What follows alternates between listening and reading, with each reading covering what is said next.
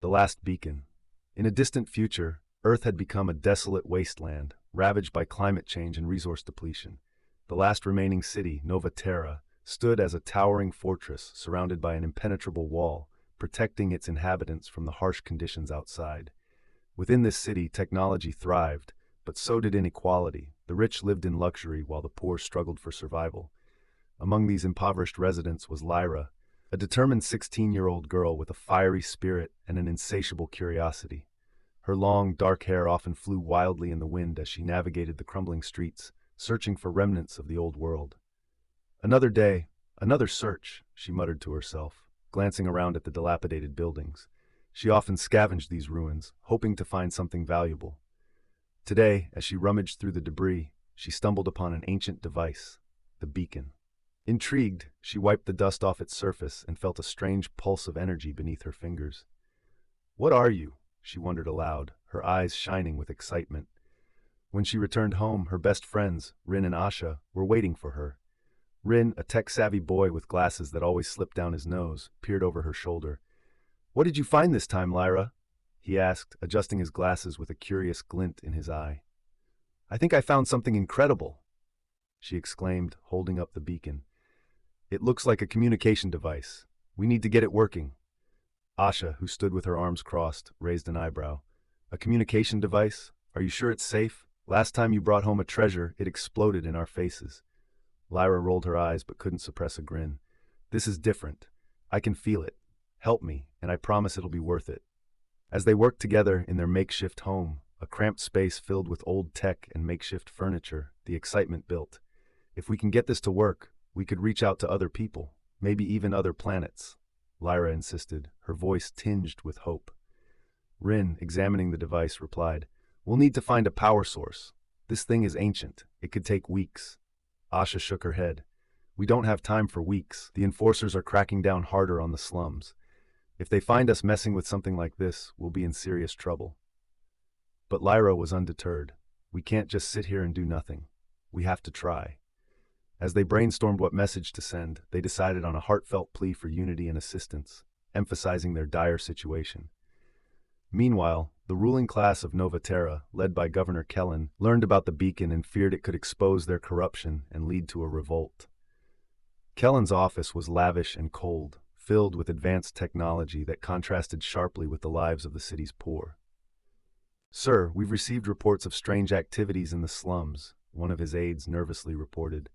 "There's talk of a communication device that could reach outside the city." Kellen's expression darkened. "What are those vermin planning? Increase patrols in that area. I want anyone found near the slums arrested. We cannot let them get out of control." His voice was sharp, and the fear in his aide's eyes was palpable.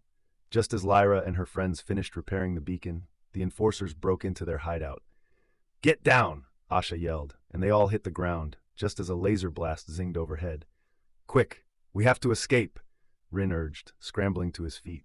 They darted through dark alleys, their hearts racing. "Where do we go?" Asha panted, glancing back at the approaching enforcers. "Follow me," Lyra shouted, leading them through a narrow path she knew well. "I know a way to the rooftops. We can hide there." As they fled, they encountered various characters who depicted the struggles of the city's inhabitants.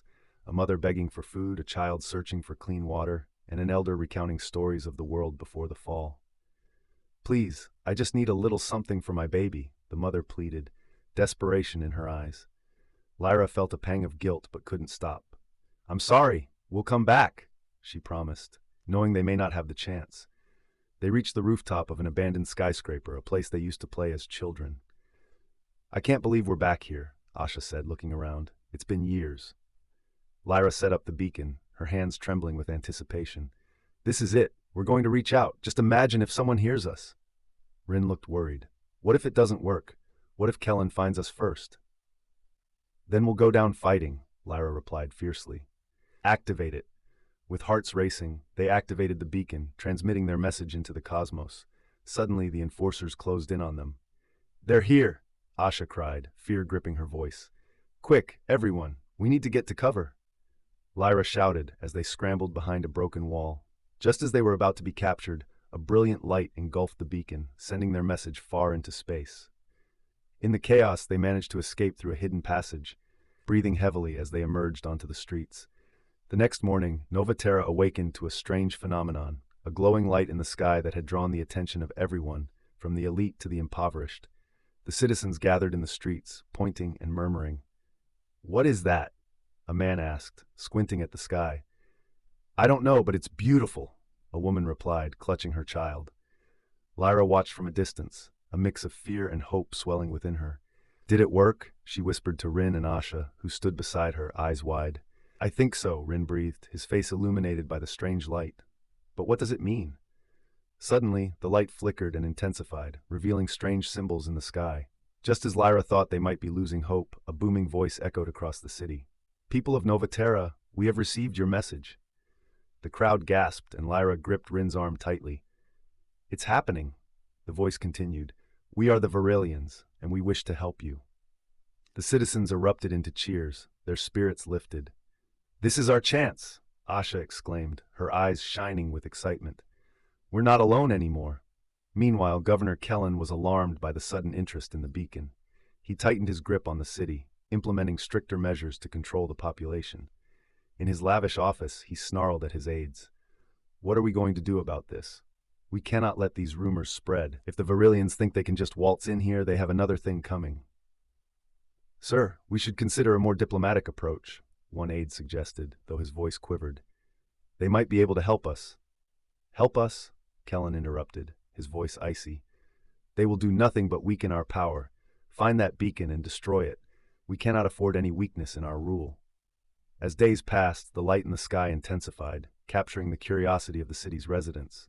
They gathered in the streets, whispering about the beacon and its potential. Suddenly, the sky flickered with colors as a response arrived from Viridia, the planet of the Virilians. "We come in peace, and we bring knowledge," the voice declared. "Share your struggles, and we will share our wisdom."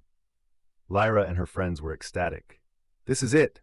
We have to organize a meeting," Lyra exclaimed. "We need to show the people that we can make a change together." As they began to rally citizens, tensions rose between the poor and the ruling class. The enforcers patrolled the streets, but Lyra's group continued to gain momentum.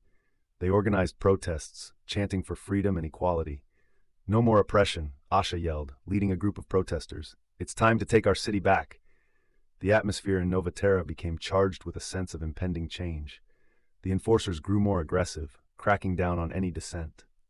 Lyra and her friends strategized in secret, planning their next move. "The people need to see that we're united," Rin stated one evening. "If we can broadcast our message to the city, it'll show them we're not afraid." "Agreed," Lyra nodded. "We need to take over the government building. It's time they hear our voices." As the plan solidified, the streets filled with more and more protesters. The chants grew louder, echoing through the city. "United we stand. Together we rise," they cried. Kellen watched from his office, fury boiling in his veins. "We need to strike back," he commanded. "Prepare the enforcers. We will not be intimidated by these pests." On the day of the protest, the atmosphere was electric. Lyra stood on a makeshift stage, addressing the crowd.